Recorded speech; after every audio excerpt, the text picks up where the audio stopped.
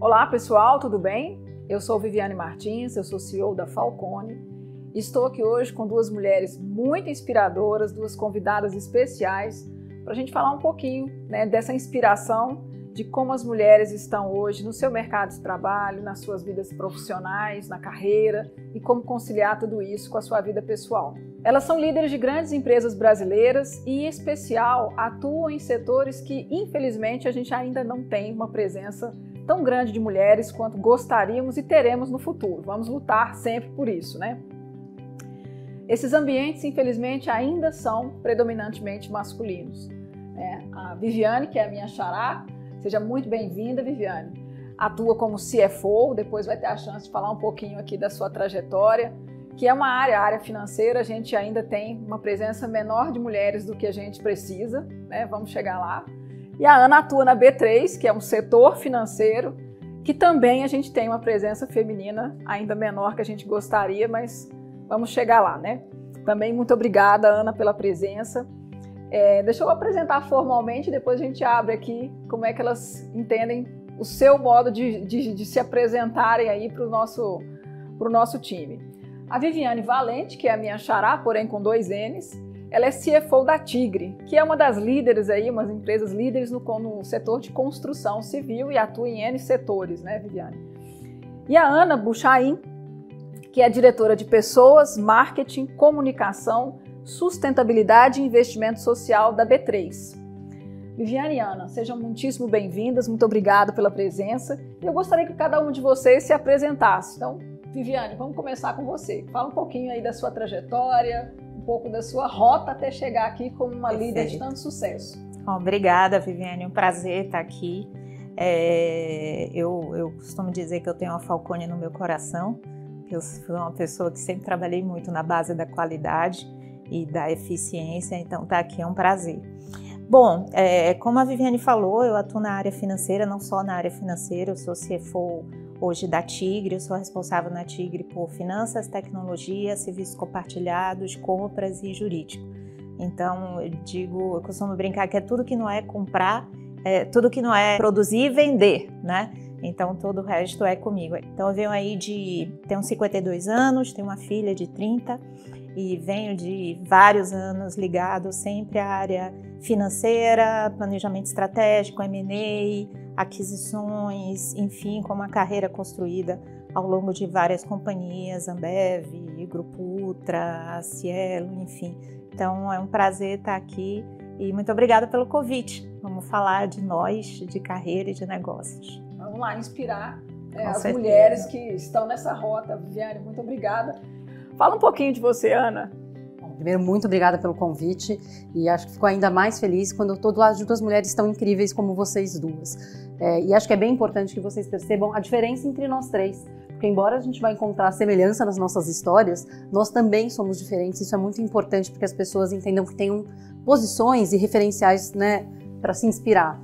Eu tenho 44 anos, eu sou mãe de 2 meninos, do Thiago e do Felipe. O Thiago tem 13, o Felipe tem 10, então estou naquela fase ainda meio complicada. Eu trabalho no mercado financeiro há mais de 20 anos. Eu dizia que eu nunca trabalharia no mercado financeiro. Engraçado, né, como as coisas são. Eu sou formada em administração de empresas pela USP, eu trabalhei, naquela época a gente podia fazer isso, diferente de hoje, mas eu comecei a trabalhar logo no meu primeiro ano de faculdade e eu também tenho a Falcone no coração porque eu também comecei a trabalhar com sistemas de qualidade industrial. Então eu muito nova, eu tinha 19 anos, eu dava aula de controle estatístico de processo em grandes fábricas automobilísticas e eu lembro que isso me dava um prazer incrível porque eu estava ensinando engenheiros a trabalhar com estatística e para mim aquilo ali era uma coisa muito legal. Mas é impressionante como a gente já sofre desde uma idade muito cedo, né? Desde muito cedo, uma série de preconceitos, dificuldades pelo fato de ser mulher. Passei quase os 4 anos da faculdade todos trabalhando, trabalhei então em qualidade industrial, trabalhei por marketing, RH, até que enveredei no mercado financeiro e passei por grandes instituições. Eu fui do Citi, trabalhei aqui no Brasil, fui expatriada, também trabalhei nos Estados Unidos. Depois passei 10 anos entre o Real e o Santander e agora eu estou há 9 anos na Bolsa, né? Então comecei na CETIP, depois passamos por uma grande fusão com a BMF e agora então completando 9 anos. E eu comecei numa área de pessoas e embora uma área de pessoas seja tipicamente uma área mais humana, eu sempre fui uma pessoa com muita paixão por dados. E aí, ao longo do tempo, foi muito fácil ir absorvendo outras áreas e outras matérias. Então, hoje eu tenho esse grupo de áreas que não são muito comuns de conviver juntos, mas são muito legais. Então, eu cuido de pessoas, marketing, comunicação, sustentabilidade. E é uma paixão que tem falado muito grande comigo, que fala muito de propósito, que é a área de investimento social privado. Super legal. Ana e Viviane, na verdade, assumindo não só uma única função, mas várias funções nas empresas onde estão atualmente, o que, aliás, é comum, né? Ao atingir determinado nível de liderança, hoje essa multidisciplinaridade, né, do que a gente atua tem sido mais comum. E uma coisa interessante que você falou, Ana, assim, desse início, né, no ambiente industrial, é também de onde eu venho.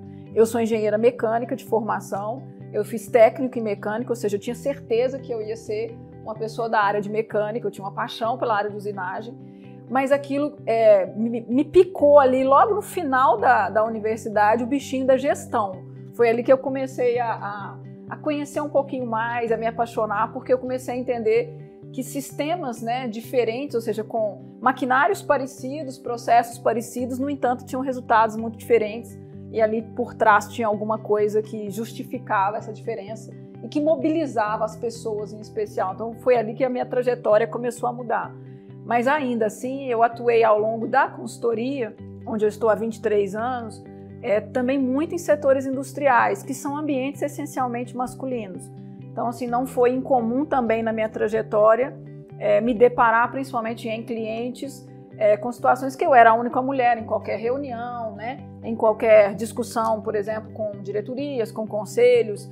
E a gente vê que essa realidade mudou hoje, mas ainda está distante bastante do que a gente precisa. Isso, você está falando de sustentabilidade, né, que é uma das áreas que você cuida na B3, diversidade e sustentabilidade são coisas que têm que andar absolutamente integradas, né? E a gente está falando de diversidade, aqui na Falcone, diversidade é um tema que é um dos pilares da nossa cultura. A gente iniciou um trabalho assim, muito estruturado para melhorar a nossa diversidade há cerca de 4 anos atrás. Eu consigo ver que a gente deu alguns passos concretos, conseguimos inclusive firmar alguns compromissos até públicos, né? Por exemplo, de percentual de mulheres na liderança, que a gente precisa chegar a 30% até 2025, e outros compromissos que a gente firmou em torno de diversidade, mas a gente está bem distante. Então, assim, a gente tem muita clareza da lacuna que a gente precisa percorrer, do desafio, mas é aquilo, vamos persistindo e cada um fazendo o seu papel, cada empresa, né, buscando a sua melhoria, trocando práticas, aprendendo, mas falando sobre essas dificuldades que a gente enfrenta e também aquilo que deu certo, né? Eu acho que as duas trajetórias aqui tão diferentes, tão inspiradoras, eu acho que é para dizer para todas as mulheres que vão nos assistir e os homens também, que dá para chegar lá, dá para ter um ambiente mais diverso, mais inclusivo e que isso traz resultados incríveis para as empresas que chegam lá, né? A gente sabe que é bom para a mulher, é bom para a empresa, é bom para os colegas, ou seja, o ambiente como um todo, ele é muito mais saudável, mentalmente, mais produtivo, né? Faz com que as pessoas tenham um espaço para se realizar. Bom, então a gente está falando um pouquinho aqui de estar na ponta, né, dessa luta por movimento. É um movimento que a gente faz parte, que a gente integra. Aqui a gente também é signatário, né, do Fórum ONU de Empoderamento das Mulheres. É uma forma da gente comunicar e deixar muito claro o nosso compromisso com a mudança. Como eu falei, não é fácil. Ao longo dos 4 últimos anos a gente conseguiu dar alguns passos concretos, mas isso é todo dia um tijolinho que tem que ser colocado ali para que a gente realmente mude de patamar, né? Então, para nós, assim, é um orgulho enorme recebê-las aqui. Então, assim, em nome da Falcone, agradeço muito, porque não só são mulheres que representam carreiras muito bem-sucedidas, mas estão em empresas que dão muito orgulho né, de ser brasileiro, de serem expoentes nos setores onde atuam. Então, sejam muito bem-vindas. Esse espaço aqui eu tenho certeza que vai ser muito especial. Mas eu queria então começar a explorar um pouquinho mais a história de cada uma de vocês. Então, Viviane, a gente falou aqui que finanças, né, que é a área que você teve aí uma trajetória e hoje muito mais expandida do que apenas finanças, mas é uma das áreas que a gente conhece que não tem tantas CFOs, né? E a gente sabe que antes de você comentou aqui, de assumir essa posição na Tigre, onde você está hoje, você teve um histórico passando aí por grupos financeiros, etc. Ou seja, você já vem com esse DNA né, do financeiro, rompendo uma barreira que hoje a gente sabe que as mulheres ainda às vezes enfrentam em áreas das exatas, áreas de finanças, enfim. E você estava comentando há pouco que é de Salvador, né?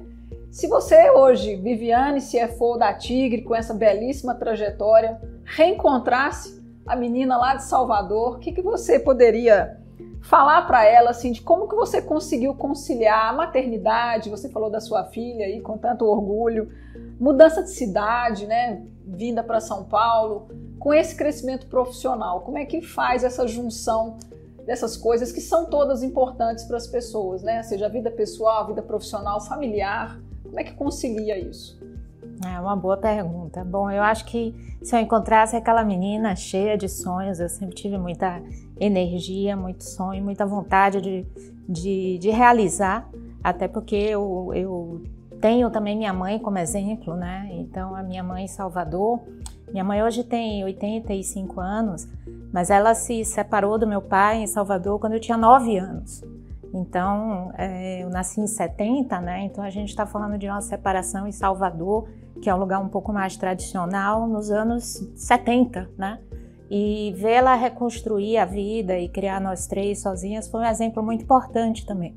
Então eu acho que eu nunca tive outra opção, né? Então para mim, desde pequena, sempre foi muito claro essa vontade de realizar. Eu fui mãe muito cedo, como eu falei, eu tenho uma filha de 30 anos, eu tenho 52, muito orgulho da minha idade. E foi uma experiência, assim, não posso dizer que tenha sido tranquilo, porque ninguém é mãe planejada com 21 anos de idade, mas eu acho que ajudou a formar essa pessoa que eu sou hoje, né? Então eu acho que se eu encontrasse aquela menina, vamos dizer assim, com 15 anos, e a gente batesse um papo hoje, com certeza ela ia dizer, cara, como valeu a pena, né? Então valeu a pena, então ter valido a pena, tá tudo certo, né? A mudança de cidade, na época quando eu muito nova, na Bahia ainda, eu comecei a trabalhar na Brahma, que é um lugar que eu tenho muito orgulho, Brahma hoje Ambev, né? Embev, AB Embev, enfim, e é um lugar que contribuiu muito na minha formação de ser resiliente, ter foco, ter disciplina e ser guerreira, né? Então eu acho que isso me cobrou um preço quando minha filha era pequena, sem dúvida, né? Porque foi muito difícil criar ela nesse ambiente. Eu tive nesse sentido, a gente precisa de bons parceiros, né?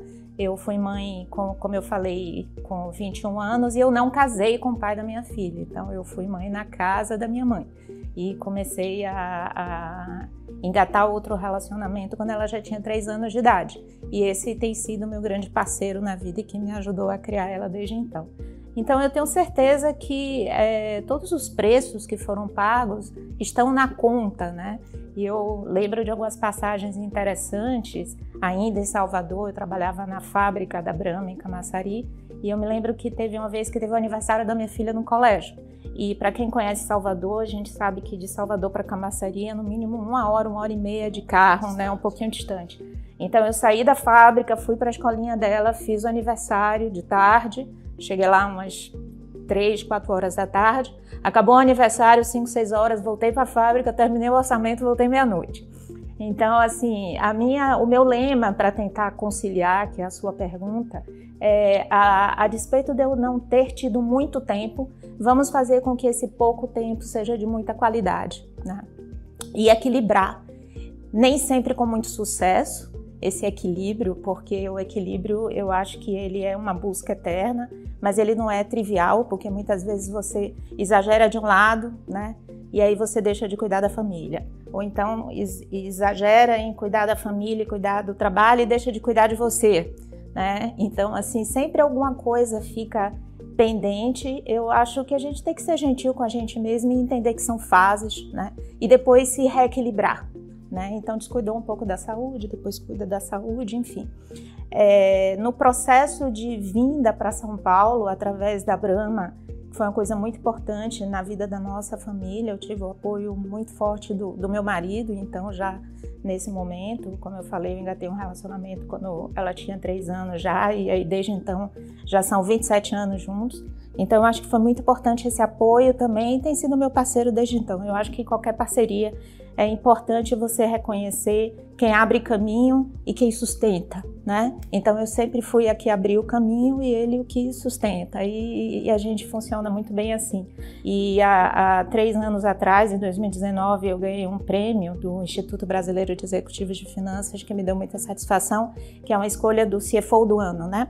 E é uma escolha que é muito importante porque ela é escolhida pelos colegas. Então, são os colegas que são membros do IBF, os bancos e as empresas de auditoria. Então, eu fiquei muito feliz. E eu tenho uma foto da minha filha na plateia da premiação, onde eu vejo o orgulho dela. E aí, essa foto, ela é muito significativa, né? Porque ela é como se fosse um reconhecimento ali. Eu compreendo toda a sua ausência e eu tenho orgulho de você. Então, assim, primeiro, parabéns, né, pela trajetória, pelo reconhecimento. E você trouxe alguns elementos, Viviane, que acabam sendo muito comuns até quando me fazem esse tipo de pergunta, porque às vezes as jovens, em geral, me perguntam assim, mas qual que é o segredo para ter uma trajetória de sucesso, para chegar lá? Ou o que você diria para a Viviane de 20 anos atrás? E você trouxe elementos que até se repetem muito na minha fala. E eu falo isso, gente, tem coisas que não são só para as mulheres, mas também para os homens, porque pessoa sem sonho, ela não vai a lugar nenhum. Né? E você falou, eu tinha sonhos, eu também tinha sonhos, né? Então, assim, o tempo inteiro e o sonho vai crescendo junto com a gente, né? Ele não é estanque. A gente vai chegando um pouquinho mais perto, ele vai crescendo, você vai crescendo junto com ele. Eu repito isso muito para os jovens, eu falo, gente, quem não tem sonho não vai a lugar nenhum. Você falou de resiliência. Vida de ninguém é mar de rosas. Não é fácil conciliar a família, o filho, a filha, né? Os desafios do trabalho. Você às vezes tem, você falou, cai um pedacinho, você vai lá, resgata, a saúde, cuidado com a gente mesmo. A questão da gente ser exemplo para as outras pessoas, até o cuidado com a gente, tem hora que você fala, peraí, eu preciso, né, reintegrar isso, chegar no equilíbrio. E não tem perfeição, né? Não tem receita de bolo, não tem receita pronta. Então, assim, eu acho que a sua fala acaba até repetindo muito do meu pensamento, sabe, Viviane? Tem que ter resiliência, sim, porque tem coisas que são difíceis, tem momentos em que as escolhas que a gente faz, como você falou, tá tudo na conta, porque o saldo final é muito positivo. Eu também olho para trás e falo, caramba, valeu muito a pena, né? Valeu muito a pena, aprendi muito, me sinto crescendo, né? Me sinto satisfeita de falar, puxa, eu estou fazendo a diferença por onde eu estou passando. Mas o saldo é que tem que ser positivo, mas exato, tem ali os quebra-molas no meio do caminho, né? Tem as lombadas que a gente tem que vencer, e sem resiliência não vai, né? Sem apoio familiar, como você falou, seja de um companheiro, do pai, da mãe, do irmão, da irmã que às vezes está ajudando, também não vai, né? Assim, essa compreensão de que tem horas que tem escolhas mesmo para fazer, que elas não são fáceis, né? Com certeza. Mas assim, bacana demais a sua trajetória, e imagina uma foto da sua filha cheia de orgulho lá, ela tá com a na plateia. É uma coisa mais linda. Deve ser realmente incrível, viu?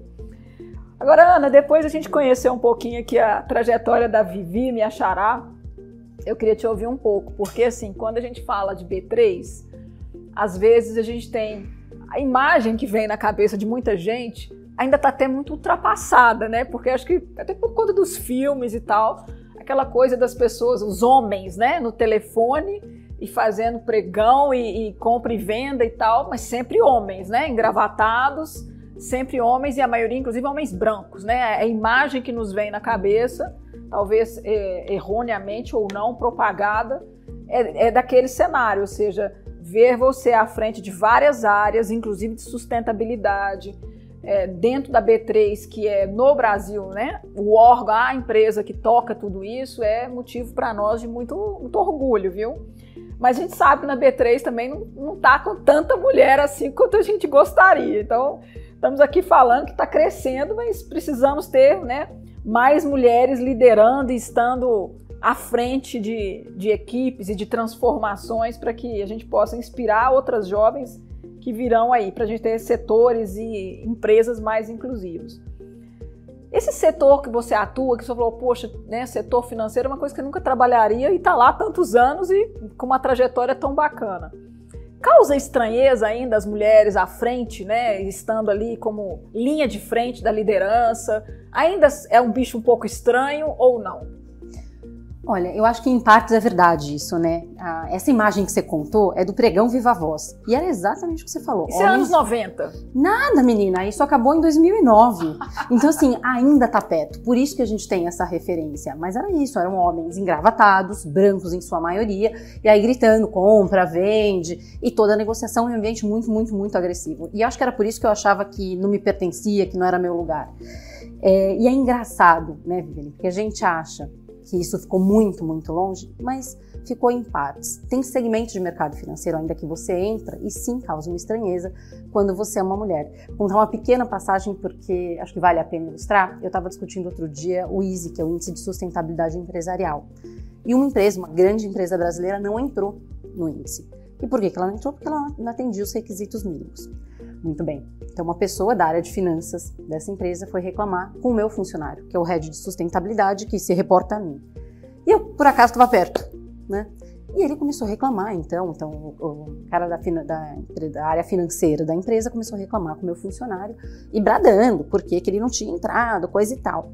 E aí eu intervim e eu comecei a defender, então, a empresa. Essa pessoa não olhava na minha cara, ela olhava só para o meu funcionário. E eu continuava respondendo, e olhava só para o meu funcionário. Até que chegou uma hora que ele estava incomodado comigo e ele virou assim: escuta, parece que você está entendendo um pouco, você estava na reunião? Eu olhei para a cara dele e falei assim: não, mas eu entendo alguma coisa, eu não tinha me apresentado. E aí ele falou assim: mas como é que você sabe o que aconteceu na reunião? E como é que você sabe se eu posso ou não posso entrar? É porque eu entendo uma coisa ou duas do que você está falando.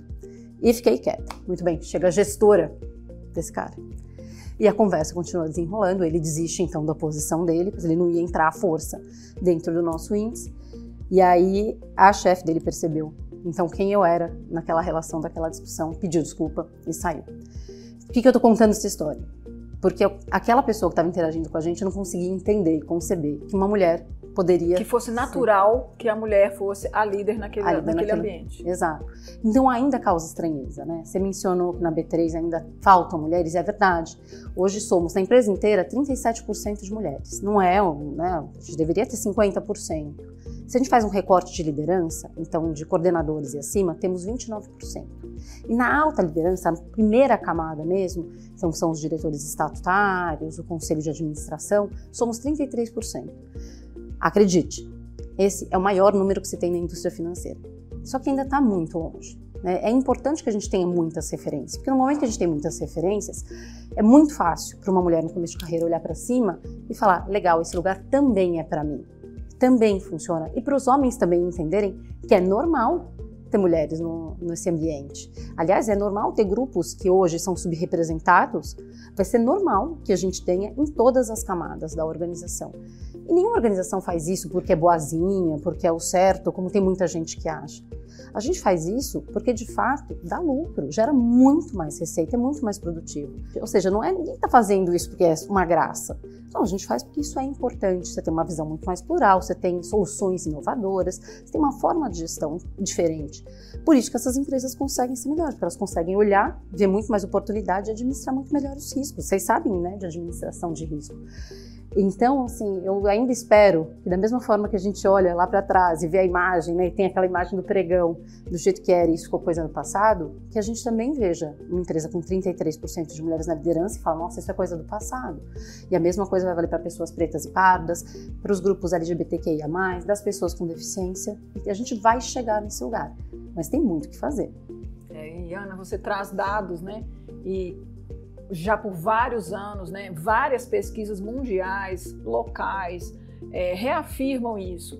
Quer dizer, o quanto de resultado, né, pragmaticamente traz ambientes mais inclusivos. Então a gente está falando de gênero, é um primeiro recorte, que a gente está falando, né, são maiorias que foram minorizadas e que agora precisam sim buscar o seu espaço, até que seja natural que um homem chegue ou uma mulher chegue, né, num ambiente que você está liderando ali uma equipe e que você seja vista naturalmente como aquela posição de liderança, ou seja, nós temos um caminho para percorrer, né? E não é só no setor financeiro, não. Embora a gente saiba que alguns setores começam também a dar passos concretos nessa direção, assumindo compromissos, né? Compromissos que têm ligação com sustentabilidade, mas que agora a gente começa a ver o como, né? Como tirar essas coisas do papel. O compromisso é um primeiro passo, mas como é que a gente tira do papel e começa a ter as métricas sobre esses avanços, né? Então, aqui, por exemplo, na Falcone, uma coisa que a gente tem também ficado atento é não só sobre dentro da companhia, mas quando a gente fala do nosso ecossistema, ou seja,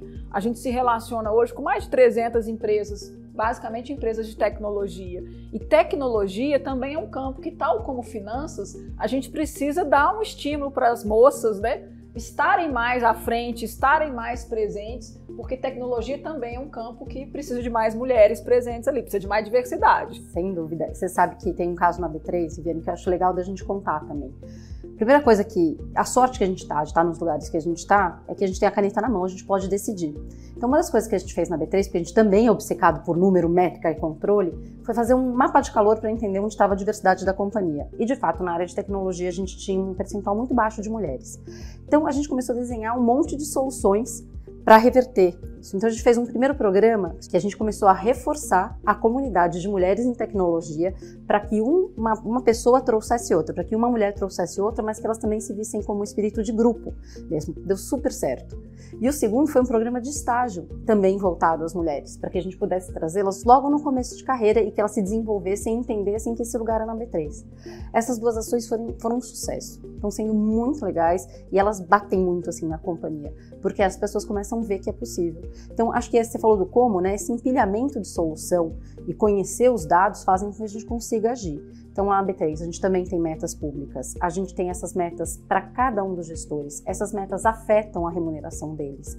As metas também afetam um bond, uma emissão que a gente fez de uma debenture no exterior, que a gente fez essa emissão desse Sustainability Linked Bond, então, que é uma debenture com metas de sustentabilidade. Uma delas é chegar a 35% de mulheres na liderança em 2026 e a outra é a criação de um índice de diversidade e inclusão para todas as empresas do mercado, também pegando os nossos stakeholders até 2024. Então, além dessa métrica que pode impactar a companhia financeiramente, você tem a métrica que pode afetar o gestor. Então, você passa a ter um compromisso coletivo com a diversidade. E isso faz toda a diferença. Isso vai mudando o ponteiro. A gente fez ações também de criar, por exemplo, currículos que a gente chama de currículos ocultos, para a gente diminuir os vieses na seleção. Então, essa soma de ações, eu acho que é o como que a gente vai ajudando a melhorar. E aí, um último exemplo, quando a gente decidiu trabalhar com pessoas pretas e pardas na organização, a primeira medição que a gente fez, a gente descobriu que a gente tinha só 8% em 2018. A gente falou, isso é um absurdo, a gente tinha que ter muito mais. Hoje a gente já tem 24%, então a gente triplicou o número de pessoas pretas e pardas na organização. Mas por quê? Porque a gente decidiu fazer. Então isso tem que ser parte da estratégia. Se você dissocia esse tipo de ação da estratégia, ela não faz sentido. Mas é a estratégia da B3 trabalhar com um público bastante diverso. Ana, você traz um ponto que eu acho fundamental sobre o como, né? Quer dizer, além de estar na estratégia, desdobrado em metas, você ainda tem a relação com toda a cadeia de stakeholders com os quais vocês lidam. Isso é a forma da gente não só trazer a diversidade para dentro de cada companhia, mas também de a gente fazer um papel que vai além dos muros da empresa. Isso eu acho fantástico, porque é um caminho muito concreto de como você traz mais diversidade de gênero, né, de raça, enfim, de todos os aspectos da diversidade para dentro das companhias de verdade, né, e não só no discurso. Bacana. Mas, Vivi, mudando um pouquinho de assunto aqui, e a Ana trouxe alguns dados, né, de que provadamente, por várias pesquisas e vários ângulos, diversidade, maior presença de mulheres nas companhias traz mais resultado. Agora, por outro lado, a gente sabe que a pandemia trouxe uma perda, principalmente de postos de trabalho, mais acentuada para as mulheres, né? Tem um dado do IBGE que falou que mais de 800 mil postos de trabalho no auge da pandemia, eles eram ocupados, né? 72% desses 800 mil postos perdidos eram ocupados por mulheres, ou seja, as mulheres foram mais fortemente afetadas pela perda de trabalhos durante a pandemia. Por outro lado, a gente sabe que, por exemplo, o setor de construção civil e outros setores da economia, eles têm uma predominância um pouco mais, né, masculina, e que nesse mesmo período eles cresceram, né? Esses setores cresceram, esses setores econômicos cresceram. E você que é uma pessoa liderança, né, atuando nesse mercado, aqui é a metáfora. Você acha que esses muros são mais altos do que a gente imaginava? Quer dizer, como é que a gente pode mudar isso? A tecnologia pode nos ajudar nisso? Sem dúvida, eu acho que queria colocar 2 pontos, né? Primeiro, essa dinâmica de perda de postos de trabalho na pandemia. Eu acho que a pandemia ela trouxe, principalmente nos 2 anos mais críticos, uma dinâmica nas relações familiares muito complicada, que as crianças dentro de casa... Sem escola, né? Sem escola. E aí, nesse momento, a construção também de uma sociedade familiar, além dos muros da empresa, né? A gente está aqui falando muito da questão da empresa, mas eu acho que é importante que se crie uma nova dinâmica familiar nas casas, porque na hora que você tem que ficar dentro de casa, as crianças não estão estudando, se você não tiver uma divisão de tarefas equilibrada entre o casal e uma crença no modelo de parceria e não no modelo de dominação, você não consegue ter um equilíbrio nas atividades dentro de casa, e aí quando você não tem esse equilíbrio, você prejudica a produtividade da mulher, né? Porque a mulher, ela fica com o encargo de trabalhar remotamente e de cuidar da criança, e isso prejudica a sua eficiência, a sua entrega. Então eu acho que esse pensamento antropológico, social, familiar, ele tem que mudar. Um outro exemplo que eu acho que prejudica muito as meninas nas áreas técnicas que a gente comentou é o apreço pela matemática. A matemática, no fim do dia, a lógica, ela faz parte da vida, né?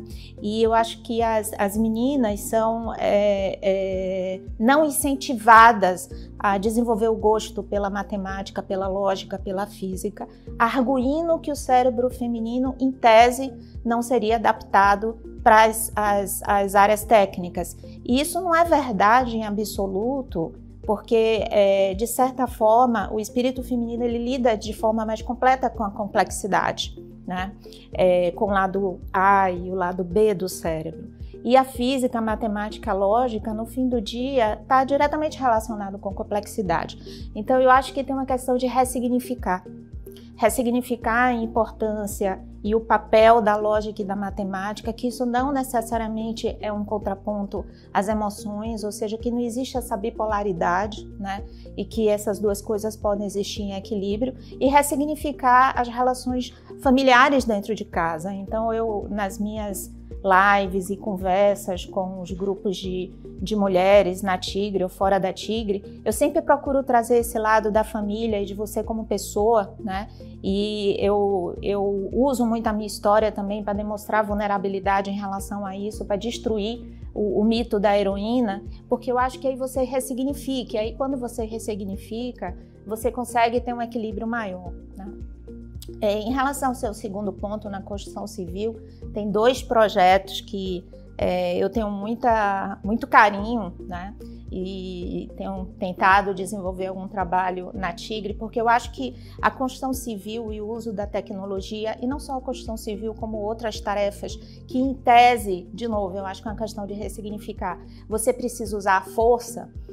A tecnologia, ela desmistifica essa questão da força. Então, quando você olha uma fábrica onde você tem um nível de automação elevado, ou você tem um método de saída de linha onde você faz amarração, falando aqui no caso de tubo, né? Ou seja, o tubo, ele sai da linha, você tem que fazer uma amarração para ir para o caminhão, né? Se você acredita que esse tubo vai sair da linha, você tem que pegar ele todo no braço, fazer a amarração e levar no braço para o caminhão, você cria um impedimento de força.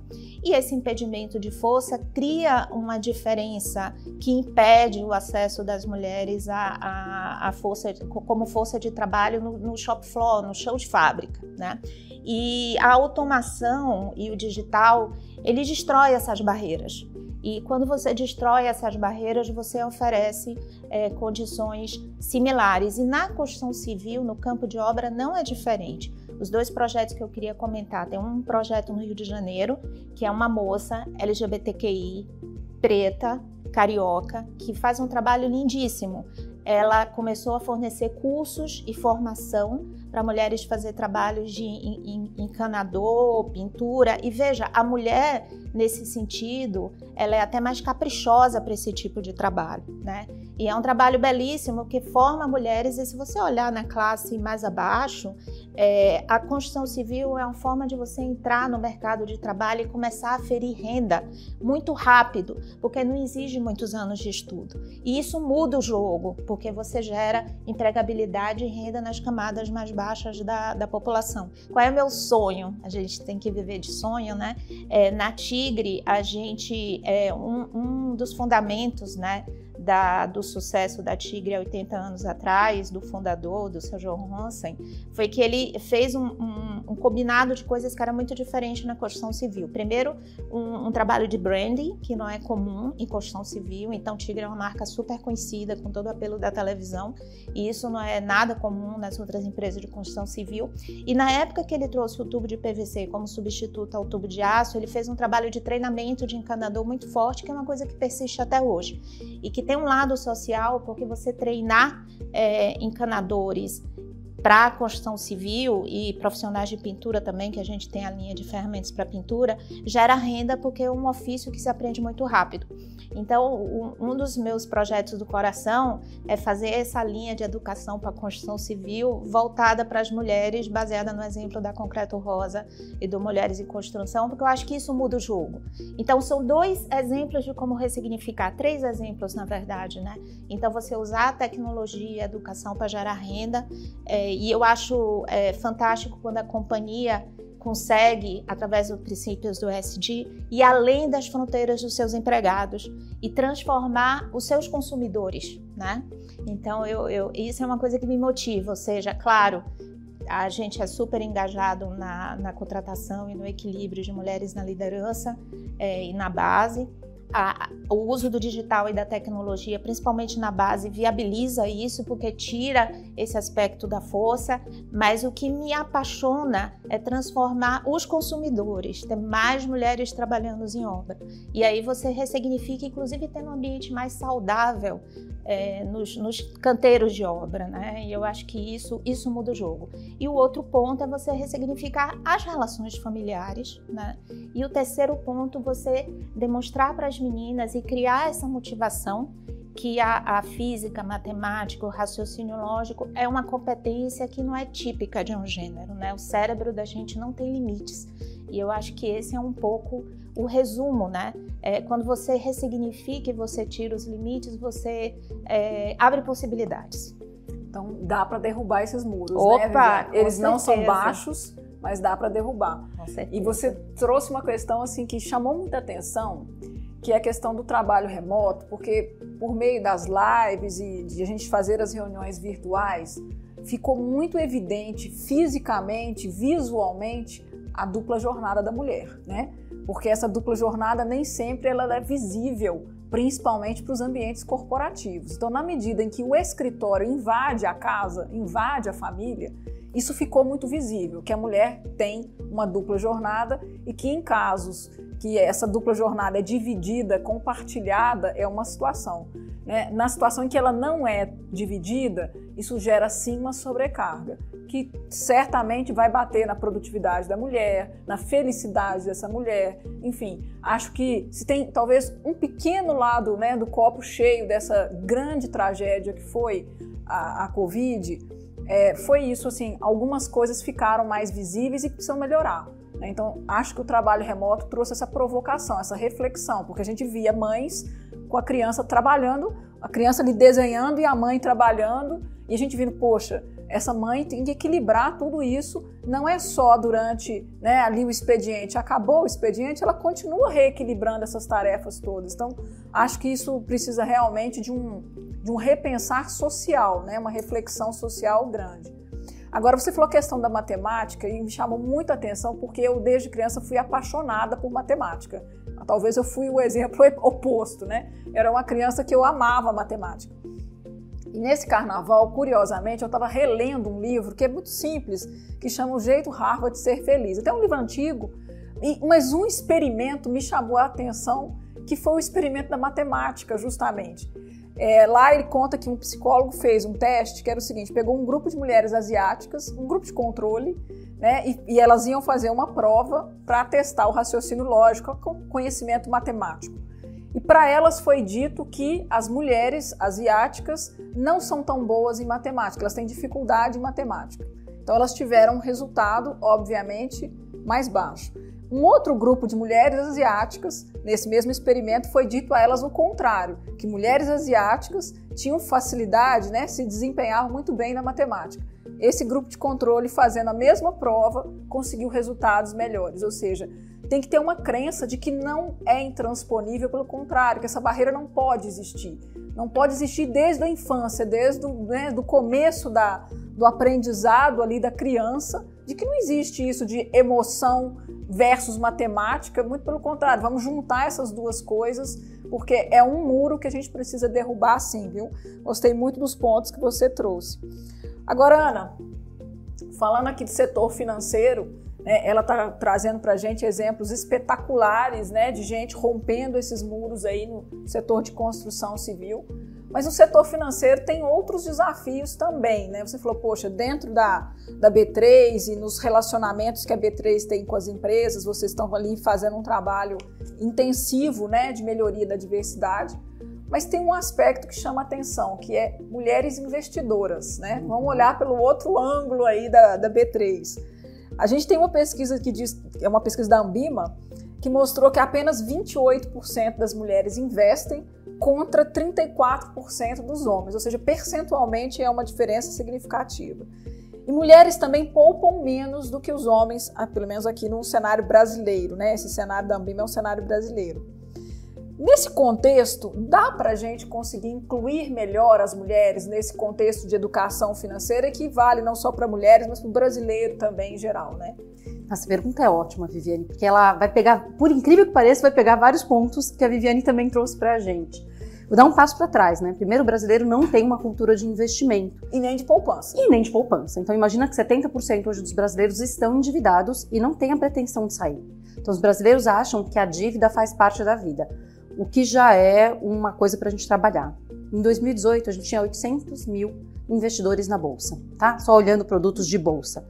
Hoje são 5 milhões, então a gente fez um salto muito grande. O que aconteceu? Primeiro, uma mudança na regulação, então a gente passou a ter outros produtos. As corretoras e os bancos e a própria B3 investir em educação. Ah, beleza, pulo do gato, que nem você estava contando, né, Viviane? Como a educação pode ser transformadora. Os processos de educação da pessoa física ou do investidor, e principalmente em tirar aquela questão da assimetria de acesso, fez com que então as pessoas começassem a experimentar investir. Quando eu falo que é assimetria de acesso, antes investir parecia uma coisa de gente muito rica, gente muito branca e gente que tinha acesso a muito banco. Você sentava na frente de um gerente, conversava com ele, coisa e tal, então parecia uma coisa muito inatingível. E gente que entendia finanças. Ao longo do tempo que as corretoras, a própria bolsa e os bancos fizeram, foi começar a tirar e democratizar essa questão. Então todo mundo pode investir e a gente começou a tirar o financeiro da conversa. Porque no fundo, gente, o que você está fazendo ali é só um empréstimo, é você emprestando para uma instituição financeira quando você investe e você é remunerado por isso, ou se você toma um dinheiro do banco, você também está emprestando. São só operações de empréstimo e que você é remunerado por isso. Você tem 1000 modalidades diferentes no meio do caminho, mas é mais ou menos isso. Você vai pegar o dinheiro, investir, vai ter um risco, vai ter um prazo, vai ter um retorno. Só isso. E a gente começou a investir em educação.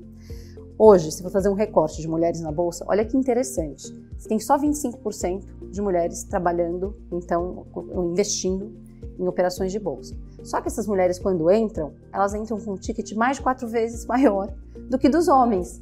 Então, as mulheres começam investindo com R$400, os homens com R$70. O que explica essa diferença? Que a mulher demora mais para entrar. Mas a mulher, quando entra, ela entra muito mais preparada. Ela sai da barreira do financeiro, ela descobre que aquilo ali também é para ela, e quando ela vai muito certa. E a mulher também sabe esperar um prazo maior para o maior retorno. Então a mulher investe melhor. Olha que coisa incrível. E aí se você pega outros instrumentos, né? Então quando a gente fala de bolsa, você está falando de renda variável tipicamente, mas o Tesouro Direto, que é um dos instrumentos que a gente também tem em bolsa, que é tipicamente de renda fixa, 40% dos investidores são mulheres.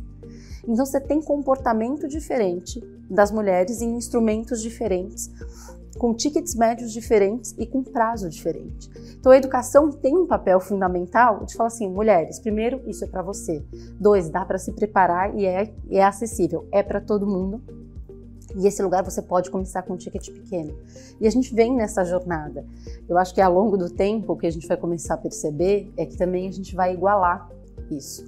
No tempo ainda tem muito pouco estudo, Viviane, assim, não só como mulheres investidoras, mas em vários campos em que a mulher, o estudo sobre a perspectiva de gênero foi negligenciada, isso também é verdade no mundo de investimento. Mas a nossa tendência é uma tendência muito boa, porque as mulheres, quando elas se apropriam desse conhecimento, elas vão longe. É muito bacana ver. E assim, é transformador e começa assim pela raiz que você trouxe, educação, formação, né? Ou seja, conhecimento transforma. Então assim, eu acho que tanto no setor de pessoas investindo, quanto pessoas na construção civil, mulheres atuando ali, é impressionante como que, não só para gerar renda, mas para transformar uma realidade, educação, acho que é a palavra de base para tudo isso, né? Então, acho que é muito, muito interessante essas experiências com setores tão diferentes, mas como que isso pode gerar um impacto social absurdo, né? E você falou dos investimentos, eu imagino assim, quantas de nós já não passaram uma situação do tipo, você quer fazer um investimento ou uma compra de algum bem, aí alguém te manda uma proposta e fala assim, você vai conversar, né? Seu marido vai decidir, né? Não, quem vai decidir sou eu. Então, assim, esse tipo de situação não é incomum. Espero que no futuro seja muito mais natural, que você seja encarado como o investidor ou como a pessoa que está tomando aquela decisão financeira, né? Ainda não é. Gente, conversa incrível. Acho que assim, exemplos não só de vida, mas de empresas também e trabalhos incríveis que estão certamente colocando não só inspirações para as empresas, mas para as pessoas, para as jovens, para as mulheres, que a gente pode fazer uma diferença grande no Brasil e no mundo, né? Mas antes de encerrar, eu queria convidar cada uma de vocês a deixar uma mensagem, né, para inspirar as pessoas que estão nos ouvindo aí, principalmente para as mulheres, porque esse 8 de março que vem por aí, a gente ainda tem coisas para celebrar, mas tem muita coisa para continuar lutando, né? Como é que você diz aí para a turma, para as jovens, para as mulheres? Como é que inspira essa turma, Viviane? Eu usaria uma expressão, abrace sua diferença, né? Eu posso falar com experiência própria, até por ter trabalhado desde os 25 anos em ambientes muito masculinos, é muito normal algumas mulheres acabarem abafando a sua feminilidade para poder emular um modelo de sucesso que é masculino, branco, de 30 a 40 anos, né? Então, eu acho que quando a gente destrói a nossa diferença, emulando o comportamento, né, do que você entende que é o modelo dominante, você destrói o potencial e a força da diversidade. Porque a força da diversidade vem de você viver com as coisas diferentes e elas se complementam. Então, o recado que eu daria é abrace a sua diferença, abrace a sua feminilidade, use ela como um elemento de força, né? E não acredite em barreiras, a barreira da matemática, a barreira da força, porque na verdade elas não existem, elas são fruto da nossa mente, né? Então o recado que eu daria é esse, abrace a sua diferença, faça dela uma fortaleza e não enxergue limites onde eles não existem. Muito obrigada, Viviane. E, aliás, esse comportamento de, vamos falar, emular, né? Principalmente a mulher emulando o homem como uma espécie de sobrevivência, acaba criando uma situação que é de absoluto desconforto para a mulher, não é natural, ela deixa de se expressar, né? Não só pela sua feminilidade, mas até pelos seus argumentos, pelas suas ideias, ela deixa de participar, de colaborar. Isso é muito ruim, então eu gosto muito de trazer essa provocação também, viu? Muito obrigada aí pela mensagem. Ana, uma palavrinha final aí para a gente dar um estímulo para as mulheres que estão nos ouvindo. Queridas mulheres e amigas, primeira coisa, Se vocês estão sentadas à mesa, que vocês merecem estar lá. Ninguém está fazendo um favor para vocês. Ninguém precisa ser super assertivo para ser escutado. Se a gente tem argumentos, se a gente tem ideias, se a gente tem posição, tem formas de fazer. Ninguém precisa fazer do mesmo jeito.